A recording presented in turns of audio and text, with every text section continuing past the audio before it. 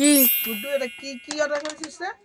হ্যাঁ আরে কি বলো তো, আমি নিজেও জানি না, এবার খুলে দেখো, আমি অনেকদিন আগে করেছি তো। দেখি দেখি কি একটা ক্রিম অর্ডার করেছে। এটা হ্যাঁ ক্রিম না, এটা ক্রিম, এটা ক্রিম। लेकिन एक सेकंड এটা স্ক্রাব আর মুখ পরিষ্কার করে। এই তো মুখে ছিরি আবার স্কাবার। এটা কি? এটা রাইস ওয়াটার, টোনার একটা। Rice water?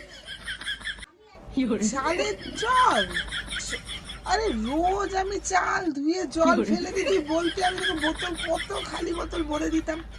তুই এটা পয়সা দিয়ে কিনেছিস? কত দাম? 250 টাকা দিয়ে তুই চাল ধোয়া জল কিনেছিস? মা, এটা খারাপ হয়ে যাবে।